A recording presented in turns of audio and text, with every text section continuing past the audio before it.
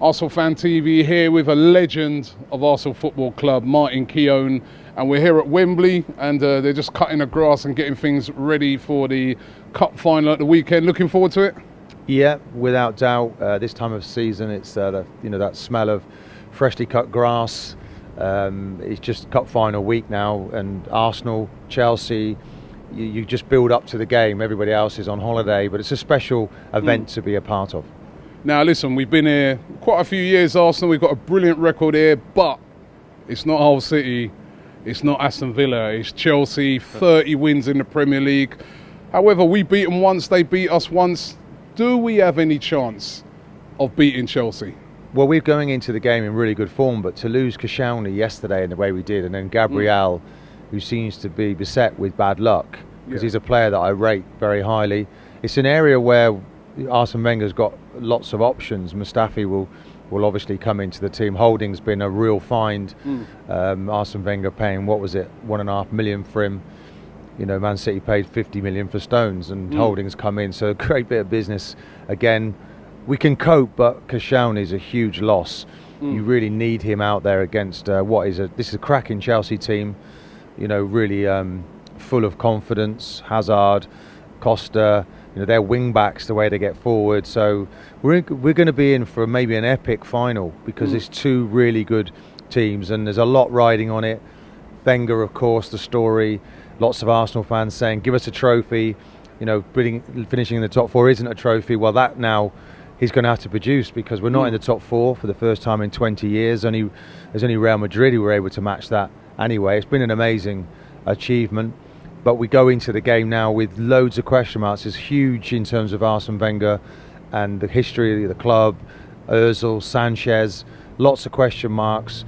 And the best thing to do is to go and win it, and then discuss and decide after. But some big decisions for the football club to make. Would you throw Mertesacker in there? I mean, he came on yesterday. He's hardly played this season. To be fair, he did all right. He played pretty well, I thought. But, you know, as you said, up against Hazards, Costas, people like that. For a guy that hasn't played much this season, it'd be really hard. I think he's a real leader. I can see him going into the game in that capacity. I felt sorry for him, because Arsene Wenger has taken really all of his support away. He hasn't used him, hasn't included him. And, you know, I think he's almost said, look, I've invested enough time in you, now it's for the future. He may well have to turn to the big man on the big occasion. It's really what's in Arsene Wenger's mind. Does he want more mobility? Does he want that experience? He's done really well out here. I think he's scored a couple of goals, the big man, in important occasions. So it's a nice person to have, you know, in the locker to bring out for the big occasion. What's gone wrong, Martin, this season with Arsenal? I mean, you know, when the season first started, I was thinking about it yesterday. We started off all right. We started well. We beat Chelsea, who were going to face her at the weekend, 3-0. We were playing some good football. You looked at the squad and you said, you know what, maybe it might not be good enough to win it, but that's definitely a squad that's going to push this season. And then after Christmas, it's just been a disaster. I mean, Arsene Wenger admitting yesterday that the uncertainty has caused problems. But what's your take on everything? I know he's saying that now, and it was so unnecessary, because, you know, a lot of people want change, and I understand that. But Arsene Wenger is the sort of X factor that he created. There's such a warmth around the guy, and you felt, if I don't play, then the team won't win. He gives you that sort of self-importance and belief in yourself. It's a sort of, there's an X factor that he took away by creating this uncertainty, because he didn't decide whether he was staying or going. Now, whether the fans enjoy that, whether it should be his decision or not, that's for debate. But the players could have been settled down and made to focus, and that warmth could have returned. More recently, they've done really well when they changed the system. They've looked more effective. They're playing with more confidence. Again, it shows that he's able to make the change. But in the middle of the season, you know, I think the Watford game at home, we looked as if we weren't tough enough. We weren't really. There was no drive within the team, and the two players, Ozil and Sanchez, it's worn everybody down within the group. It's almost as if they've been overindulged by the manager, and that love has gone too far for two players when it used to be shared out amongst the group. Sometimes it frustrates me to watch players, you know, when Ozil doesn't get the ball, he's almost been disrespectful to play. I think they're too nice. I think I'd have been running 30 yards just to remind him that I am trying to get the ball to him, and do you mind working hard when you're out of possession as well? Sanchez, we lost him for a little spell. He's been brilliant more recently, but his toys came out the top cot as well. So all of these factors, loss of form, loss of belief, we just seem to lack leadership at one stage. He's back now, but it really has put pay to getting to the Champions League. We've lost to Liverpool twice, head-to-head. First game of the season was maybe where the problem was. If we hadn't have lost that game, we might well have made the Champions League. And I'm sorry, I have to put you on the spot a little bit. I know you used to play for him. He was your manager. But do you think it could be time for him to move on, or do you still think he's got something in him that possibly, if he reinvests in the summer, he could come back stronger? I don't think he's going to leave the football club at this point. And I think maybe the greatest thing he can give Arsenal, the greatest gift, if he really loves the club, is to help to find his successor. And that succession plan needs to be put in place now, because he's been so a part of all the major decisions made at Arsenal Football Club. He really has. And I don't think they want to lose that.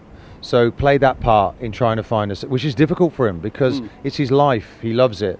But it's about looking to the future. But I think it's almost too late now to make that change. Arsenal aren't set up for change. They've had that stability for 20 years. So you can understand that. But maybe, he has to lose maybe some of his control within the club. We'll have to see. There's some big decisions ahead.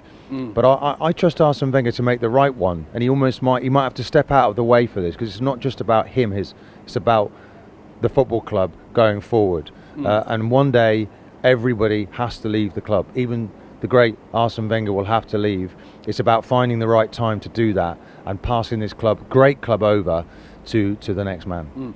And you know what? It was really interesting at the game on Sunday that nobody was really, few people, but nobody was really going at Arsene Wenger. The attention has really turned to the owner of the club, Stan Kroenke. That's who everybody seemed to be having a go at. We know about Usmanov making the bid of 1 billion, and that being turned down. And we know Stan Kroenke is going to be here at the weekend, apparently, to watch the final. Now, number one, how do you think he'll be received there? And number two, what do you think about that situation? This whole Usmanov, again, more uncertainty at the club. We don't know who the owner's going to be now.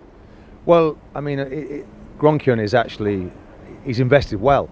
And if it was a pension pot, it's been an incredible return. If he was to cash his chips now, he gets an awful lot of money. If he's going to stay, then you want him to invest and to make the right decisions. He hasn't really been. He's sat back and let Arsene Wenger do everything. This seems very quiet now at the moment. Maybe there should be more support from Kroenke towards the manager, more acknowledgement of what he has achieved at the football club. And if it is to be Usmanov coming in, then you can be sure there'll be change. But Arsene Wenger, I believe, is a part of that plan. But there'll be more resources, and it might be what the club needs. But you don't want somebody blocking their path. So Kroenke's got some big decisions to make, because maybe Usmanov will come back with more money. Is this about money? Is it about power? We'll have to wait and see. When are you going to come? We need people like you back at the club. I hear you talking about leadership and stuff like that. You were a leader. You're vocal. I listen to you on TV all the time. You've got so many great things to say. Why aren't you involved around the place now? Do you know, I feel a little bit sorry for the current staff and the players. They all work for the football club. We have a great love for the football club. I don't work for them, but it'll always be my club. And former players I almost feel like we're a little bit embarrassing for the club. We're not really working within the sort of think tank or whatever. It's not there. So, maybe that's something that they could build upon. Maybe there could be. I mean, I always think someone like Bob Wilson would be fantastic too. I mean, the guy has been a great ambassador for the football club. Love to see him on the board. Maybe there's a little bit more of a link of former players that are more visible at the club to help make decisions, because they're just custodians, the people that are there at the moment. And we care for the club. We understand the values of the club. And if somebody asked me to work there and to help and to help to advise and be a part of a think tank for the future, I'd be more than willing to assist. Listen, finally, we're going to be here at the weekend. Can we win it, and how can we win it? Well, we've got to go for it. We have got some outstanding players, and Ozil has now woken up. Sanchez, Ramsey's goal the other day is.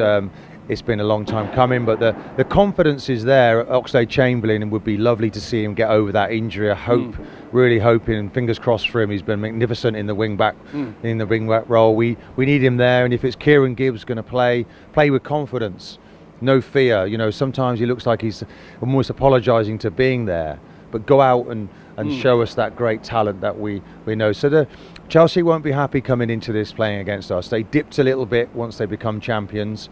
And we'll have to see what's going to turn up. But the semi-final was magnificent between them and Tottenham. They had Costa and Hazard on the bench. They've got a powerful squad, Chelsea. So it may come down to somebody coming off the bench, maybe a Giroud. Maybe Danny Welbeck, who's missed the last cup final. Maybe he's going to be a match winner. So lots of fingers crossed. And it's going to be a tense affair. And the crowd will play their part. So if you come into the game, turn up and give the club the ultimate support. You know, let's not, whatever camp you're in the Arsenal camp at the end of the day, so get behind the boys. Thank you very much, Martin. It's a pleasure as always. Don't forget, it's going to be on BT Sport, the final. You can check it from 4:30 on Saturday. BT Sport got brilliant coverage of it, and we're going to be here at Wembley. Really, really looking forward to the game. I'm doing the co-com, by the way, so tune in. There you go. That's another reason. The co-commentary by Martin Keown on BT Sports, and make sure you check it out.